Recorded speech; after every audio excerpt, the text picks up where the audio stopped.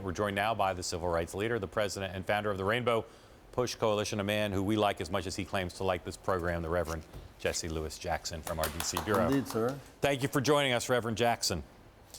You put out a very strong statement today in reaction to what Donald Trump said, and one of the main points you made was you think he needs to apologize. Given what you think of his views on this, what does it matter if he apologizes? Well, it matters, it will show remorse.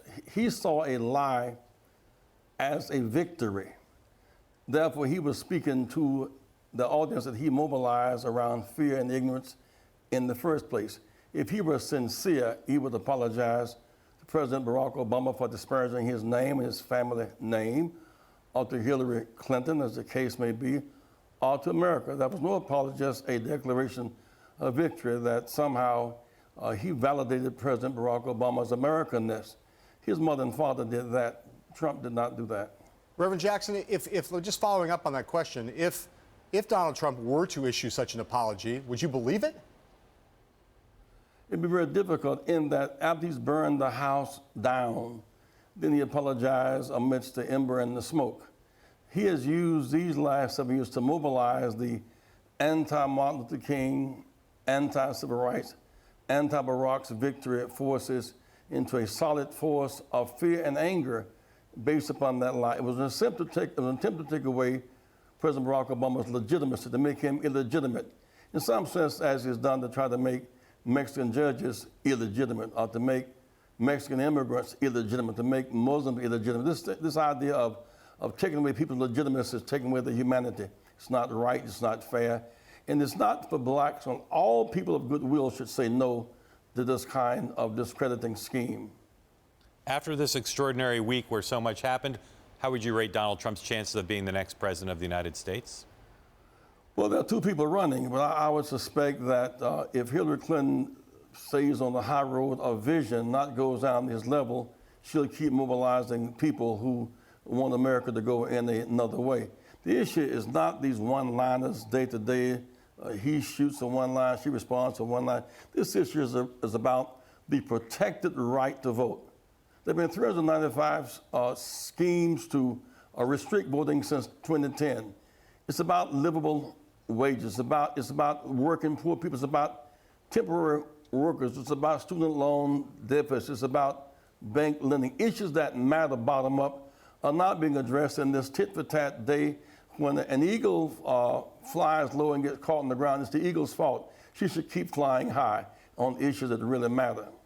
So, Reverend Jackson, one of the things that we've seen before today was Donald Trump spending a fair amount of time ostensibly doing outreach to minority communities, saying that he wanted African-American votes, saying that he wanted Hispanic votes, making a trip to Detroit, making a trip to Flint. Do you think, from the perspective of the African-American community, do you think that those efforts are at all useful, or does this birther matter overshadow all of that for African-American voters? Well, it's not just the birther. We need a policy, not just, you go to Flint. Flint needs water pipes, not water bottles. They need investment, not pity.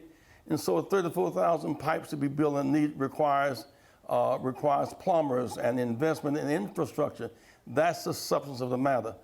He decries poverty in the inner cities, yet he votes against stands against a living wage being raised, and against affordable health care.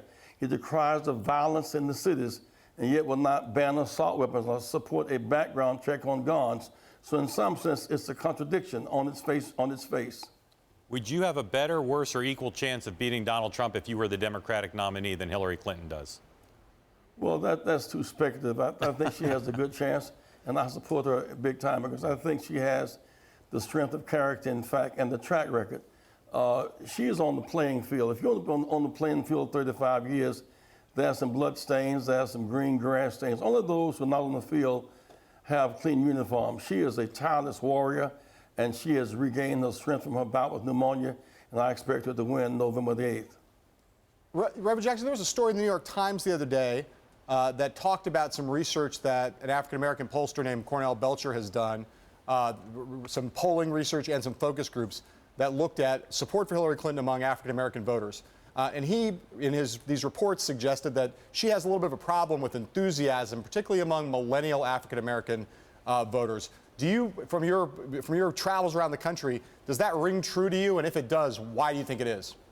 It rings true, but it must change. So long as the campaign is up at the level of her and Donald Trump exchanging attack and counterattack, it's not irrelevant. The cities, for example, if there's a plan for urban reconstruction where, number one, there is you remove lead paint jobs, or you cut down the weeds, landscapers jobs, you demolish homes that can no longer stand, jobs. You begin to remove boards and put in window panes. That means jobs and lawyers, ad agents, and marketing. That is a plan. She can plan a program for us that will inspire everybody.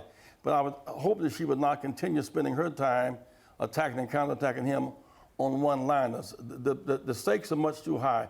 Given what this foreign policy of the Supreme Court, the stakes are too much high to be engaged in that kind of one-line exchange every day. What's the one thing Hillary Clinton's not doing currently you wish she were doing more of? Well, focusing more on voter protection for all Americans and urban reconstruction, because that's where the base of support is, and that's where the inspiration needs to come from. It's bottom up, not just top down. She has all the right stuff, all the right credentials, and I hope that she will, in fact, close that gap with Spirit these last 50-plus days.